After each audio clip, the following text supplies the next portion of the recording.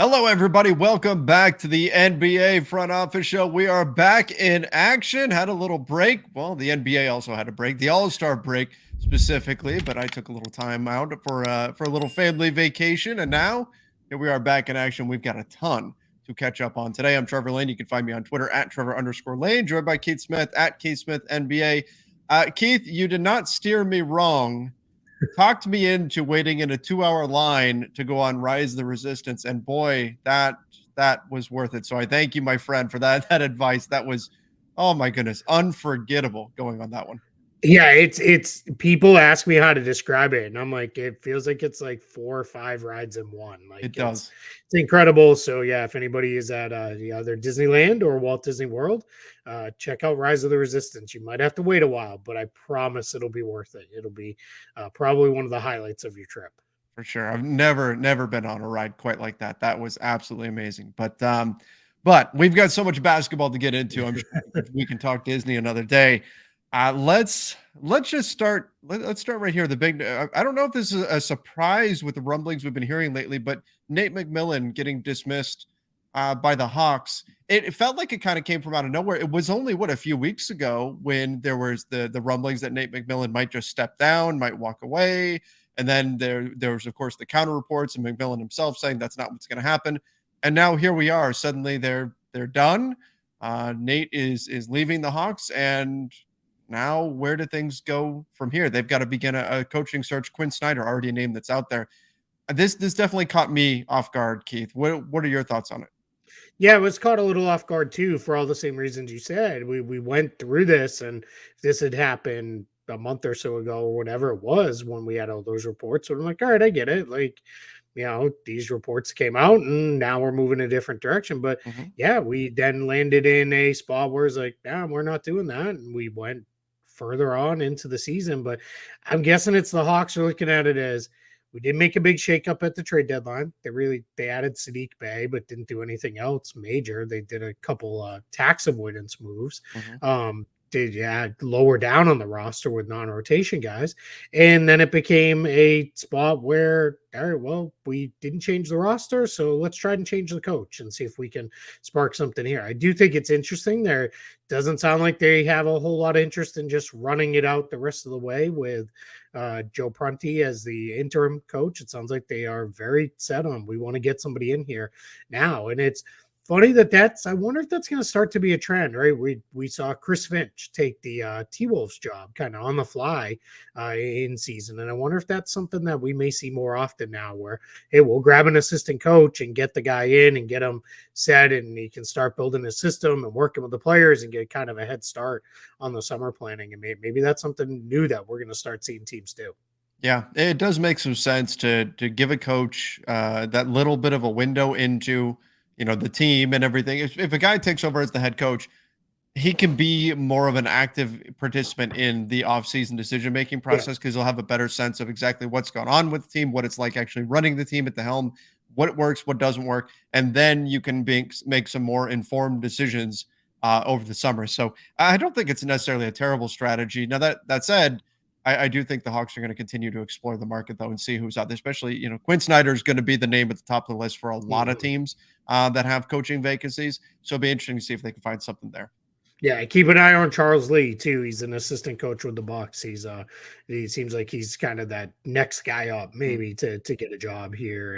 And we'll see. It seems like they're trying to keep it in the semi-Hawks family. A lot of guys who were there under Mike Budenholzer when he was their head coach seem to be a lot of the guys at the top of the list. So that's definitely something we'll have our eyes on here over the next week or so. All right, Russell Westbrook going to be joining the LA Clippers, which is what we've been predicting all along. Would make a lot of sense for that to happen. There were rumblings out there that maybe he would go to the Bulls or the Miami Heat, but the Clippers do make some sense from Westbrook's perspective. I think it's a little bit of a risk for him too, because they're in that kind of win now mode, and it would be very easy for them to revert back to whatever was working if this doesn't work with Russ. But Keith, what are your thoughts on the landing spot? Russell Westbrook lands with the Clippers, ironically replacing John Wall, essentially. I guess Reggie Jackson or John Wall, either way. But John Wall and Russell Westbrook just forever linked, apparently. Right. Yeah, if we find out that the Lakers signed John Wall at some point in the Oh my next couple of gosh. days, that'd be absolutely hilarious. Just keep it, just keep following each other through the NBA for time to come. Yeah, I think there's a lot of, well, if Russ does this and this and this, it'll work out great. Well, some of those things are like, what if they use him as like a screener and he, is a role man? He plays Saying it almost for like a years. small Draymond. And it's like, yeah, been there, done that. That's happened now for a few years and it doesn't happen. Zach Lowe went on a little bit of a rant where he's like, no more Russ as an off ball screener. I think this season he set a career high in like screens per game, and it was like 70 something in like the 50 something games he played with the Lakers. So it's like, it's just not going to happen, right? It's, you almost kind of almost stumble into one on ball screening game, right? Just, by You're doing that. unaware of your surroundings and you Yeah, you're just accidentally kind get of in in the someone's way. way. Yeah. Exactly.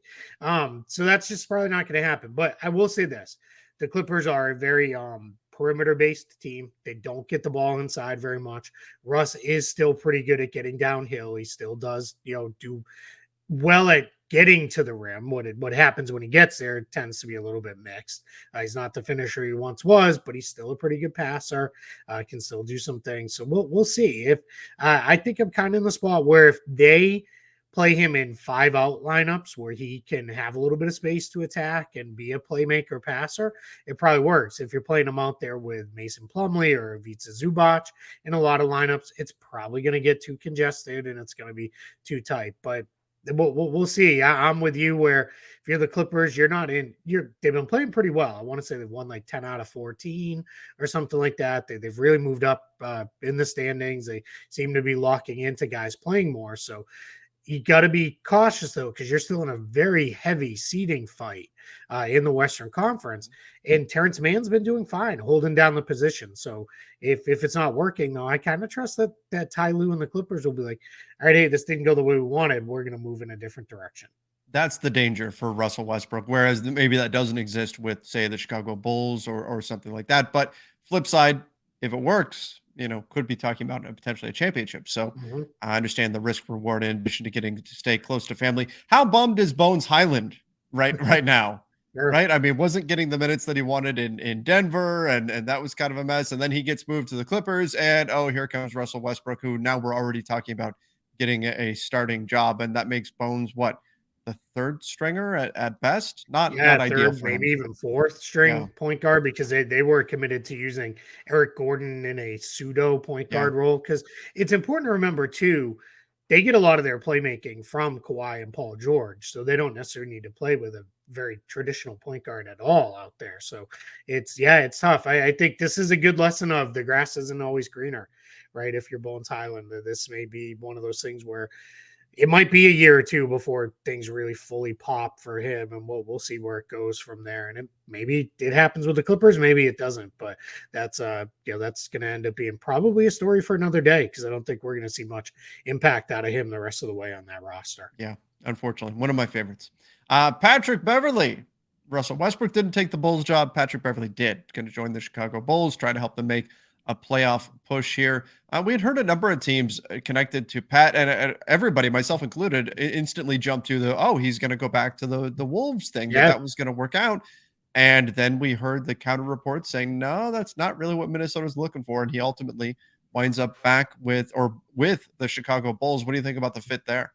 yeah, I it's fine. I mean, we're going to talk about part of why they Yes, needed a point guard that'll be next. here in a minute. It's one of those things where I think the Bulls are going through a spot where I would assume he's a nice player, but probably in a little over his head as a starting point guard. I think we're in a spot where we've got a couple other guys on that roster. Kobe White's never really been a point guard. Goran Dragic, after years of expecting him to slow down, looks like he finally is slowing down a little bit. So I think with Beverley, it's a thought of, again, another team. Levine and DeRozan do most of the playmaking. So much like his role with the Lakers, which was play defense and spot up and kind of play that way. Beverley will probably have a similar role with the Bulls.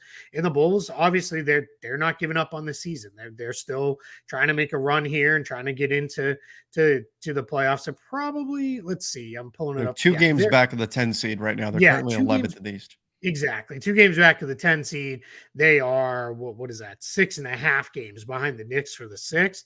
So for them, it's now all about, all right, let's get into the play-in tournament and Mhm. try to do our damage from there, because it's important to remember they have no benefit to really saying, all right, well, let's just try to improve our draft pick, because unless they're top 4, that pick goes to Orlando. So there's, you might as well make a run at trying to be a play-in team, because otherwise you're going to be sitting there lottery night really hoping for some ping pong ball luck.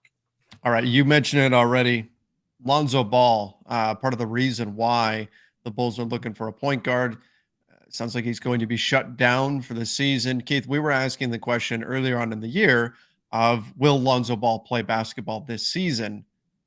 Now I feel like maybe we're getting closer to simply asking the question, will Lonzo Ball play basketball? Is Oh, that yeah. I hope that's not where this is headed. There's Yeah. obviously been some rumblings. Tristan Thompson had some comments on this recently, saying it's a fairly unique situation with Lonzo and his knee and everything that's going on there. Um, he won't play this year. Now it becomes a question of can he get back this summer, and we'll see. But this is not the kind of news that you want to see for a young player like Lonzo that's so talented, that's got some real things that he can bring to a basketball team. Now we just got to hope he can get healthy at some point. Yeah, and I had forgotten, and then in reading some of the stuff and listening to some people talk about it, he had knee issues all the way back to high school, and then had some when he was at UCLA, nothing major, but then went through some stuff with the Lakers where he missed some time with various knee, leg, foot injuries and issues, and then same with the Pelicans, and now it's carried over here to the Bulls. And what worries me is him and Robert Williams both had their surgeries roughly the same time. Roughly, it's not exactly that. And they're not the same players, and they weren't the same exact injuries. But Williams is back, and basically is back to full go. He doesn't play back to backs, but that's just out of an abundance of caution. Mhm. And here we are, well now over a year later. Lonzo not even playing, right? Can't Seems like he can't go more than a day or two without having pain and soreness and those kind of things. And it's I hate to make it about this, but it is important. He's owed $42 million over the next 2 seasons, about 20.5 and about 21.5. So that's tough, because if you're the Bulls, it's going to be hard to hit a reset if you just get that kind of sitting there on your books as kind of an albatross you have to work around. So Mhm. let's hope whatever happens from here on out.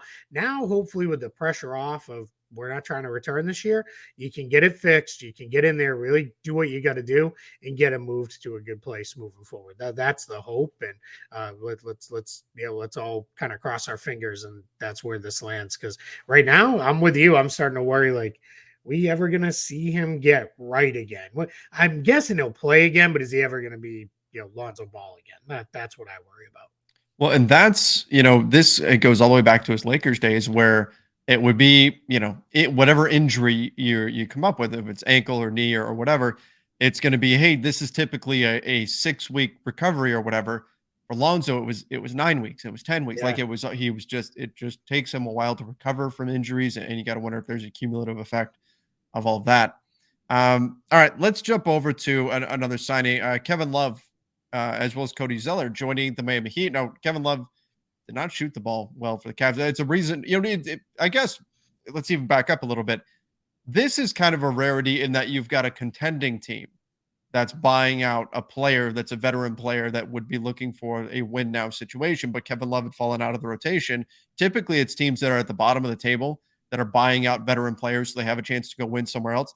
The Cavs have a better chance to win than the Miami Heat do this season, and they still parted ways with Kevin Love here. So for Miami, it's hoping that he refines that regains that shooting stroke, and then he's able to then become part of their rotation because he just hasn't quite looked like the same guy this year.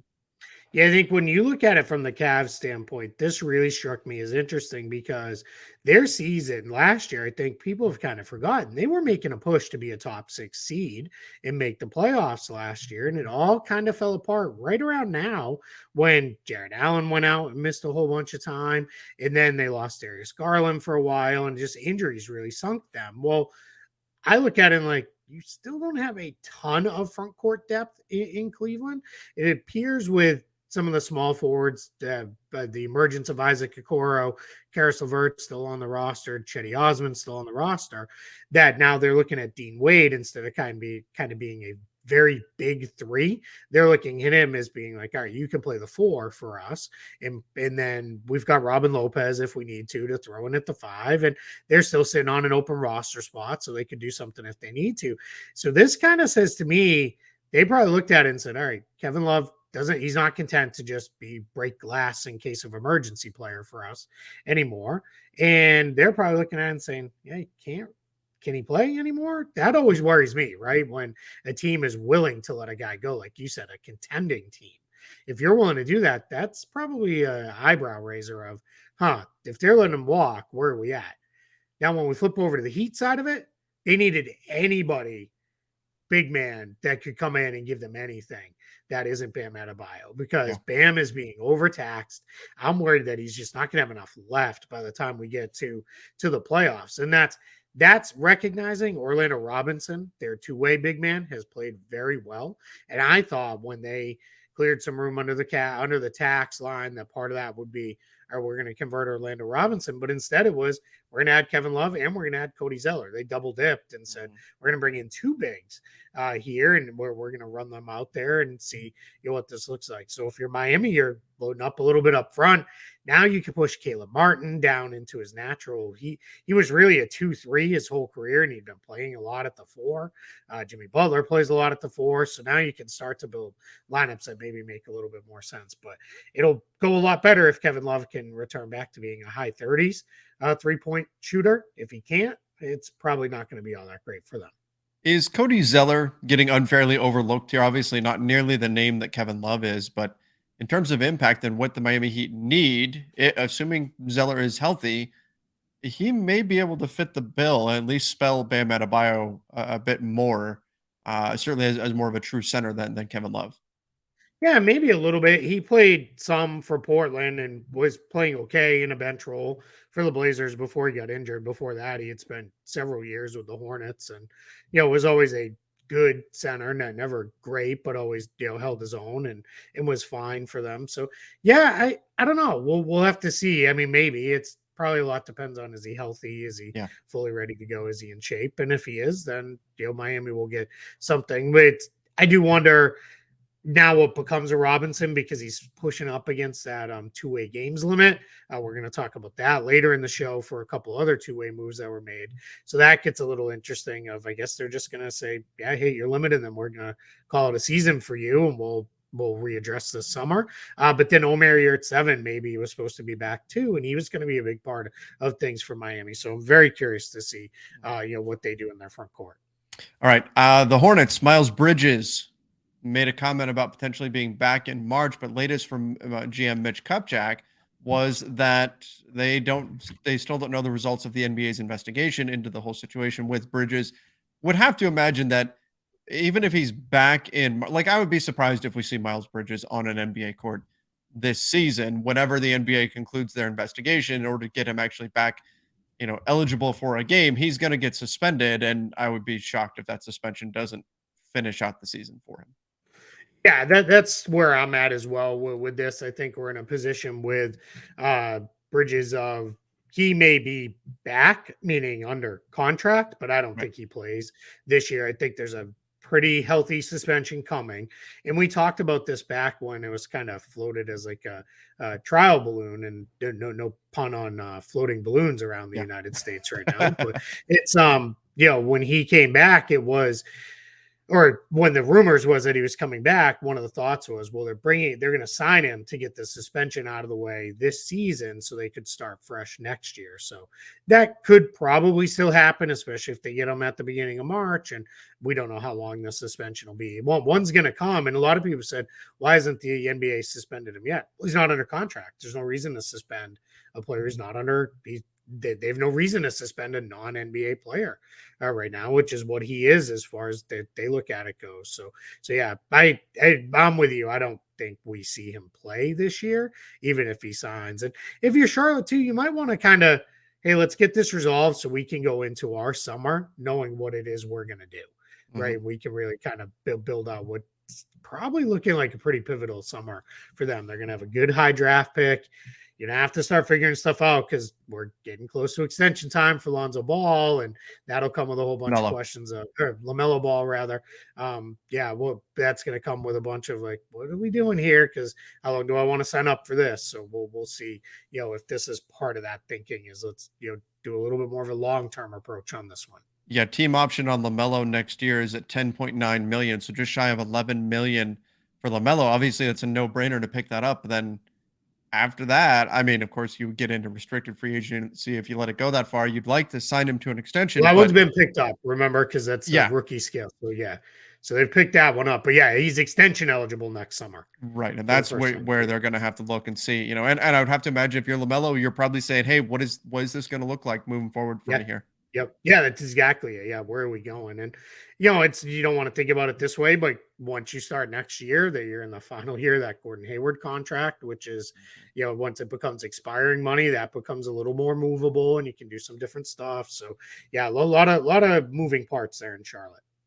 All right, let's jump over to let's go here while we're talking about some buyout players and things like that. Will Barton does secure the buyout that we were anticipating, but hasn't landed anywhere yet. You're looking at the names that are on the buyout market right now. They're relatively underwhelming, just to be honest here. There's some guys, I suppose, that can come in and maybe give you a little bit of a boost off the bench, but Will Barton is probably among the top few that teams are going to be looking at. So where does he land? Where does he ultimately wind up? Because he's a guy who could definitely come in and give you, 15 minutes or so off the bench as a wing player and make an impact. Yeah, I was told roughly 3 weeks ago that if he wasn't traded and he did get a buyout, that there was mutual interest between him and the Celtics. I reported that on Celtics blog. So we'll see if that's something. The Celtics are still sitting on an open roster spot. So maybe that's the way they want to go. And that'd be a nice regular season move for them. Yeah. Take a little bit of the minutes load off Jason Tatum and Jaylen Brown. And then it's probably one of those where if you're in a playoff game and it's, all right, we're down 15. We really need to get some offense cooking here. Throw him in there and see if he can get you going, right? And, get you moving and get you back in the game. But I don't know if at this point in his career, if Will Barton's a guy you're going to be playing in the last 5 minutes of playoff games. Probably not anymore, right? That's right. Probably just not who he is. But, regular season guy can come in as a depth piece, or even a guy who, could play maybe in the early rounds of the playoffs and give you something for 15 minutes a night. Yeah, he'll catch on with somebody. There's too many teams that are always kind of looking for, hey, we could use another wing. So he'll jump in somewhere before this year's out. All right, a little bit of a surprise. RJ Hampton waived by the Orlando Magic. Sounds like he could be headed to the Pistons. Keith, what's going on there? Why did Orlando decide to part ways with RJ? Yeah, it was funny. So this part makes me really, not the Hampton being waived part, but what makes me happy is a bunch of people were like, well, I assume Keith and Trevor will address why he got waived on Front Office Show when they record and come back this week. So thanks for all the people who sent those notes and called that out. And here we are. We're indeed going to address it. So when the Magic got RJ Hampton, it wasn't that he was a throw-in in the Aaron Gordon deal, but the trade there was really for Gary Harris in the first round pick.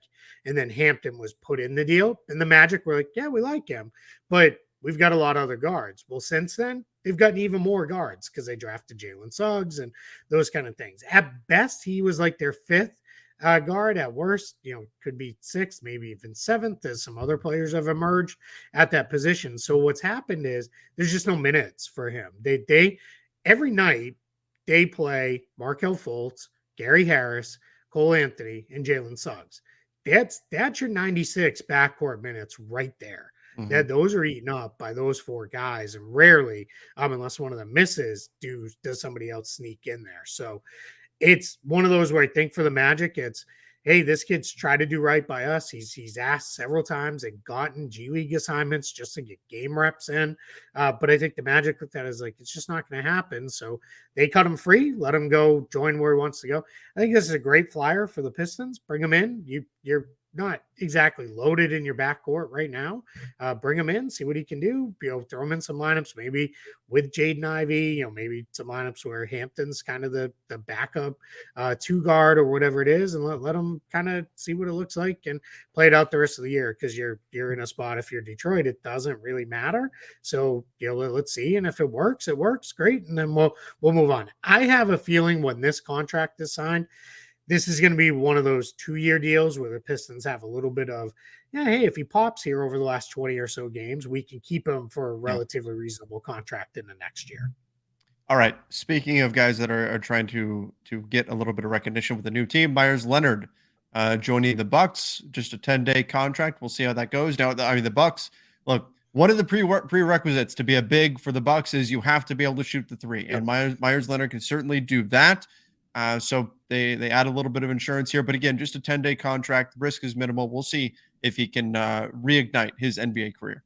Yeah, that's exactly what this is. Let's see what it looks like, because he can do a decent Brook Lopez impression, right? Mm-hmm. Shoot the ball and protect the rim. Bobby Portis is still injured and out. They did add Jay Crowder, but that's not what Jay Crowder is, right? He's not a 5.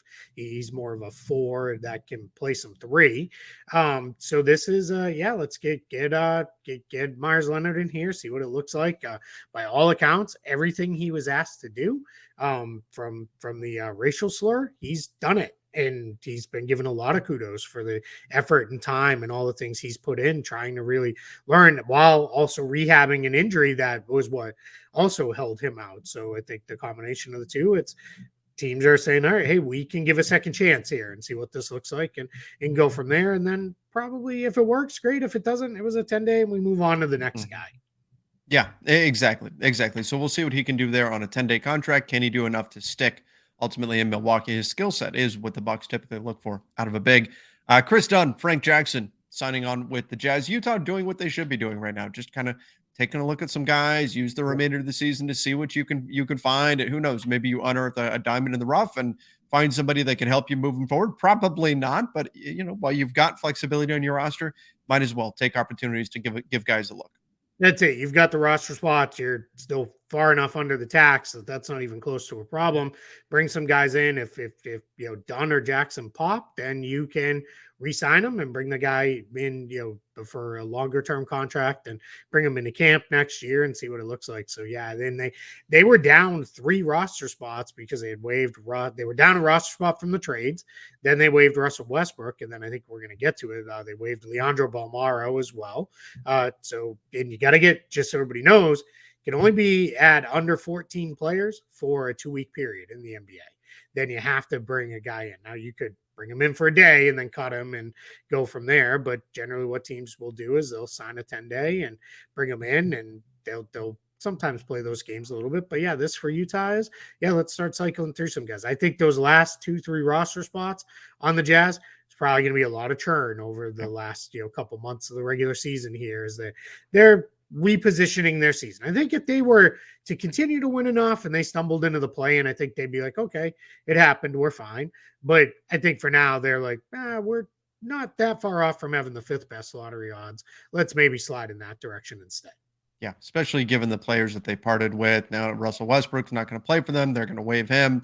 I'd have to imagine that they do start dropping some games more frequently here. And they don't have a ton of true point guard options on this team, because Jordan Clarkson's more of a 2, Colin Sexton's probably more of a 2. So my guess is those 2 guys will keep starting, but give Jackson and Dunn, who also aren't really truly point guards either. I was going to say, but give them a look and see what it looks like. What's funny? I had when I was up, just as an aside, I was updating Kriss Dunn's stuff and putting him in, and I was like, man, when Kriss Dunn came into the league, because that's when I add them into my database, he was listed at 6'5". He's now listed at 6'3". So much like my grandma, he must be shrinking as he gets older. Yeah. Well, the NBA height listings are never inaccurate, so we know that. Sure. We know that. Kriss Dunn, Quantumania, I guess, is what. That's right. That's right. He's got superpowers. That's the explanation. That's the NBA and the NBPA are continuing their CBA negotiations, ideally looking to finish them before the end of March, before their next deadline there. It sounds like both sides really want to get this done. Again, everything we're hearing is positive in terms of there's not going to be a work stoppage, there's not going to be anything like that. Like they're just trying to hammer out these issues, and both sides are motivated. I think that by now, if there was a major sticking point, we'd be hearing about it. Of course, there's going to be things that they're going to argue about, things that there's going to be give and take on, and all of that. That's part of the process. But we've yet to hear anything like this is the issue and this is insurmountable. That just doesn't seem to be out there. So I think there should still be a lot of optimism that this gets done. We're not going to see any kind of a lockout or anything like that in the NBA. Yeah, I think we are down to detail type stuff versus big picture items. Like in the biggest of the big picture is how do we split the money? Well, my guess is they're probably either slight tweaks or maybe no tweaks to how we split the money, or, hey, let's lock this in to make sure, this is where we go. And it's probably more of, hey, the cap will rise by X and won't fall by more than X, and those kind of things, just to make sure everybody's in a good place with that. But yeah, I think we said each time they push the deadline back, because they've done that twice now, that's not a bad thing because they're doing it mutually. This isn't either side drawing a line in the sand and saying, nope, we're done. We're not negotiating. Couple items that came out of that, and also out of Adam Silver's, conversation, is there's a lot of focus around load management. They're trying to improve the product for the fans. There's no, I think Adam Silver at one point called it like, there's no, specific solution here. There's no silver bullet to make sure this fix. It's kind of funny because he's Adam Silver. But we need that. We're going to need to make like the next time there's a big like Adam Silver news clip or something. I need to make a silver bullet prop. Perfect. He is, I think for him, he is basically saying like maybe we tie, if you're going to be eligible for postseason awards, there's some minimum games played threshold or something like that. So we'll see if that's where that goes. He also basically said no expansion discussion until the CBA is finished and the next media deals are completed. So you're a couple years out. But he did very openly say, but then we will go into those discussions. So as we've said on here a million times, expansion's coming. It's just, it's just a matter of time now. With that. And then the last thing I thought was interesting was this was from Tamika Tremaglio, the president of the Players Association. She said that they're not so sure that they want to get rid of the one and done rule because they want to protect jobs for veteran players. So everybody's been kind of waiting for the double draft, and when are we going to have, the one and done's gone and guys can jump right from high school. I think couple of things have changed, right? We now have the NIL process. Guys can actually get paid while they're in college. There's other paths, right? There's the G League Ignite. There's the overtime elite path to get paid to play. And we're seeing guys come out of those ranks and be very highly drafted as well. So I think the NBPA is taking a smart stance here, because unless you start adding roster spots, which maybe comes through expansion, but unless we go up to 20 regular season roster spots, which I don't think is coming, every kid you let in out of high school, that's one less veteran who's going to have a job, right? And that's just the way the math on that works. They're just going to bump guys out, and they don't want to see their older players and their older members who have been, in the league for 10 plus years getting bumped out early. So that's going to be something to continue to monitor. So I don't think that changes anytime soon. So who is it that wants the one and done thing to go away? I don't know if anybody does anymore. Right? Like, because for a while it was a thing like, oh, this is like, that was a foregone conclusion that this is going to happen. But from, when this first became a thing, it was, well, this protects teams, this protects owners from having to pay 18-year-olds who aren't ready to contribute on the floor anyway.